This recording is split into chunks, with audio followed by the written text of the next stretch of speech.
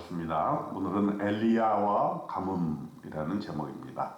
열왕기상 17장 1절에 길르앗에 우거하는 자 중에 디셉 사람 엘리야가 아합에게 말하되 내가 섬기는 이스라엘의 하나님 여호와께서 살아계심을 두고 맹세하노니 내 말이 없으면 수년 동안 비도 이슬도 있지 아니하리라 하니라.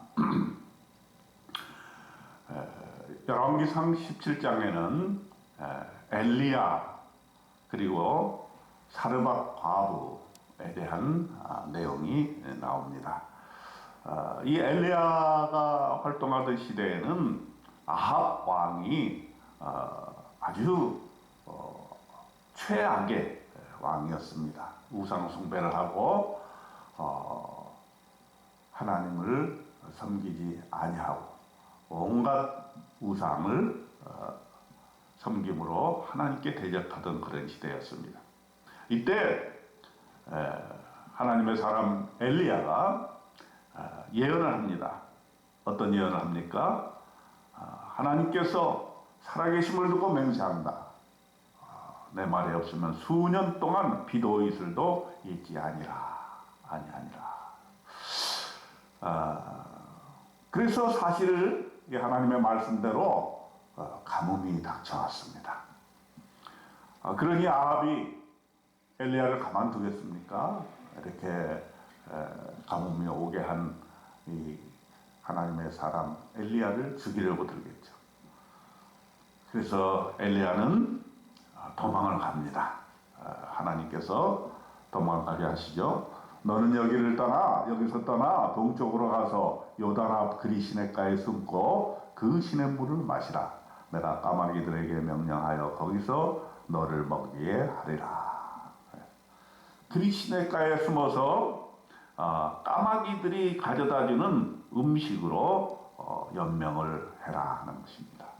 그래서 하나님의 말씀대로 까마귀들이 아침에도 떡과 고기를 가져왔고 저녁에도 떡과 고기를 가져와서 그래도 목숨을 연명하고 있었습니다. 그런데 땅에 계속해서 비가 내리지 아니하므로 그리 시냇가도 말랐던 것입니다.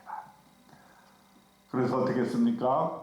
이제 생명을 연장하기 위해서는 다른 특단의 대책이 있어야 됐습니다. 하나님께서 말씀하십니다. 너는 일어나 시돈에 속한 사르밧으로 가서 거기 머물라. 내가 그곳 과부에게 명령하여 네게 음식을 주게 하였느니라. 9절에 말씀하고 있습니다. 참으로 이상한 일입니다. 부잣집에 가야 되는데 과부, 그것도 한부모 가정, 이제 가난한 그곳으로 가라는 것입니다. 하나님께서 정말 엘리야를 살릴 의도가 있었을까요? 아니면 더 깊은 영적인 의미를 주려고 하신 것일까요? 과부를 만나서 엘리야가 말을 합니다. 네 손에 떡 한 조각을 내게로 가져오라. 과부는 이렇게 답변을 합니다. 12절을 보니까 나는 떡이 없고 다만 통에 가루 한 움큼과 병에 기름 조금뿐이라.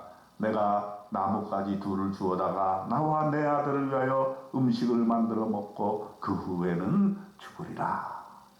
이제 과부도 먹을 것이 없었어요. 다 떨어지고 이제 마지막 한 끼 식사하고 아들과 함께 죽을 생각을 가지고 있었던 것입니다. 그런데 이런 상황에서 엘리야는 하나님의 말씀을 받아 이렇게 이야기를 합니다. 13절에 보니까 두려워하지 말고 가서 네 말대로 하려니와 먼저 그것으로 나를 위하여 작은 떡 한 개를 만들어 내게로 가져오고 그 후에 너와 네 아들을 위하여 만들라. 이 과부에게 마지막 남은 떡 한 조각 그것을 달라고 하는 것입니다. 이것은 엘리야가 자기 자신의 목숨을 연명하기 위한 것이 아니고 하나님의 말씀에 순종하는 것을 가르치기 위한 것이 아닐까 이렇게 생각을 해봅니다. 어려울 때 과연 순종할 수 있는가? 어려울 때 하나님을 위하여 자기의 가진 것을 내놓을 수 있는가 하는 것입니다. 그런데 이 사르밧 과부는 그 하나님의 말씀에 순종을 합니다. 14절에 보니까 이스라엘의 하나님 여호와의 말씀이 나 여호와가 비를 지면에 내리는 날까지 그 통에 가루가 떨어지지 아니하고 그 병에 기름이 없어지지 아니하리라. 이 말씀에 순종하니까 하나님의 약속대로 엘리야와 그의 식구가 여러 날 먹을 수가 있게 되었습니다. 여호와께서 엘리야를 통하여 하신 말씀같이 통에 가루가 떨어지지 아니하고 병에 기름이 없어지지 아니하니라 16절에 말씀하고 있습니다. 이렇게 먹고 사는 문제가 이제 해결되었습니다. 이 가뭄의 시절에 아무것도 생산되지 않는 그런 시절에 하나님의 말씀에 순종함으로써 먹고 사는 문제 해결됐습니다. 그런데 또 하나의 고난이 옵니다. 이 여인에게 고난이 옵니다. 여인의 아들이 병들어 증세가 심히 위중하다가 숨이 딱 끊어지고 말았던 것입니다. 이 여인은 엘리야에게 원망을 합니다. 어떻게 된 겁니까? 나에게 먹고 살 문제를 해결해 주셨는데 이제 하나뿐이 없는 네 자식, 내 자식을 이렇게 하늘나라에 보내다니요. 나에게 살 소망이 끊어졌습니다. 이렇게 한번 뭐 가정에 있어서는 자녀가 큰 희망이 될 수가 있습니다. 그러나 그 자녀를 데려가실 때에 그 가정에 얼마나 큰 어려움이 있고 고난이 엄습하게 되는 것입니다. 이 엘리야가 이 죽은 아이를 자기 침상에 누이고 기도를 합니다. 여호와께 부르짖어 이르되 내 하나님 여호와여 주께서 또 내가 우고하는 집 과부에게 재앙을 내리사 그 아들이 죽게 하셨나이까 하고 그 아이 위에 몸을 3번 펴서 엎드리고 여호와께 부르짖어 이르되 내 하나님 여호와여 원하건대 이 아이의 혼으로 그의 몸에 돌아오게 하옵소서. 이렇게 기도합니다. 그러자 죽은 그 아이의 혼이 돌아오고 다시 살아나게 됩니다. 이것을 경험하게 된 여인은 이렇게 고백을 합니다. 내가 이제야 당신은 하나님의 사람이시요 당신의 입에 있는 여호와의 말씀이 진실한 줄을 아노라 하니라. 24절에 말씀하고 있습니다.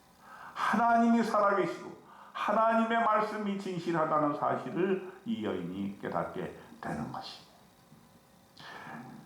이 가뭄의 시절 또 고난의 어려움을 겪는 시절에 하나님께 순종함으로 하나님의 살아계심을 믿고 따르게 되는 그 귀한 경험을 엘리야도 겪고 이 사르밧 과부도 겪게 되는 것입니다.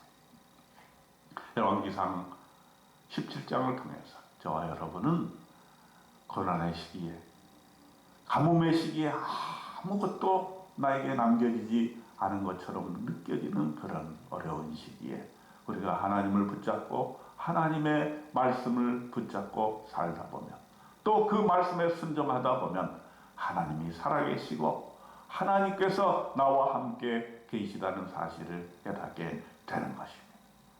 가난과 고난의 이 어려운 시기를 저와 여러분 하나님만 바라보며 살아나가는 귀한 삶 되시기를 주님의 이름으로 축원드립니다. 아멘.